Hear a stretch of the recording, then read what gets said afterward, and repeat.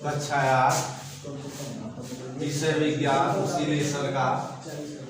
इसमें हम लोग सीखेंगे अपवर्तन का सत्यापन। अपवर्तन का सत्यापन, इसके लिए जो है हम आवश्यक सामग्री लेते हैं। एक है सफेद कागज लेते हैं। सफेद कागज के बाद एक कांच का गुटका लेते हैं। इसके बाद कुछ ड्राइंग बोर्ड पीले लेते हैं और आवश्यक सामग्री है। इसके बाद हम ड्राइंग बोर्ड पर सफेद कागज को लगाते हैं।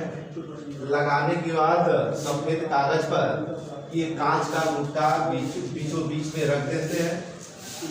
रखने के बाद अब जो आयताकार कांच का गुटका है इस पर जो है चिन्ह लगा देते हैं ABCD। जो ABCD कांच का गुटका है और इसके बाद AB फलक के तरफ हम दो पीने लगाते हैं, जैसे चित्र में दर्शाया गया है। जो पीन का नाम है P और Q।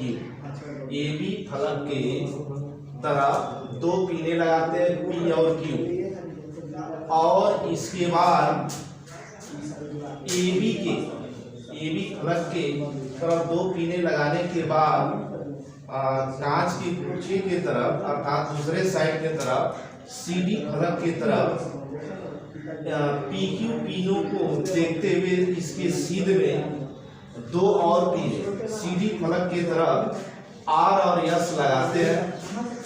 RS लगाने के बाद इसके बाद इसको चिन्हित कर देते हैं। चिन्हित करने के बाद कांच के गुटके को हटा देते हैं। कांच के गुटके को हटाने के बाद इसके बाद PQ O, इसके बाद RS L तथा N डैश और इसके बाद यम डैश को मिला देते हैं। मिलाने के बाद अब हम देखते हैं कि जो PQ है रेखा PO, ये जो है आपतित किरण है। इसके बाद इस पर जो है N डैश M अविलंब है। इसके बाद अपवर्तित किरण O और L पर इस पर अविलंब M डैश M है।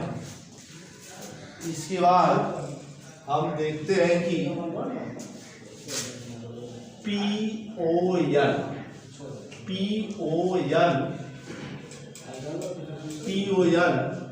अर्थात ये जो है आपतित किरण है। आपतित किरण पर N डैश N अविलंब है और इसके बीच में बना कोण I अर्थात आपतन कोण है। अर्थात आपतित किरण तथा अविलंब के बीच का बना कोण I जो है आपतन कोण है। इसके बाद कोण N डैश O और L R है, अर्थात अपवर्तित किरण तथा अविलंब के बीच का कोण अपवर्तन कोण R कहलाता है। इसके बाद दोनों कोण अर्थात I और R या आपतन कोण तथा अपवर्तन कोण का मान हम देखते हैं कि कोण PON अर्थात I, फिर इसके बाद N डैश कोण N डैश O L अर्थात R, ये इसका मान अधिक है। इससे सिद्ध होता है कि जब कोई भी प्रकाश की किरण वायु अर्थात विरल माध्यम से सघन माध्यम में प्रवेश करती है तो अविलंब की तरफ झुक जाती है।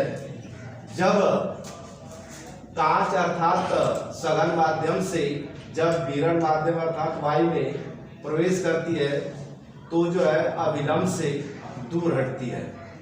इस प्रकार इससे सिद्ध होता है कि कोण I का मान कोण R से सदैव जो है नियत रहता है।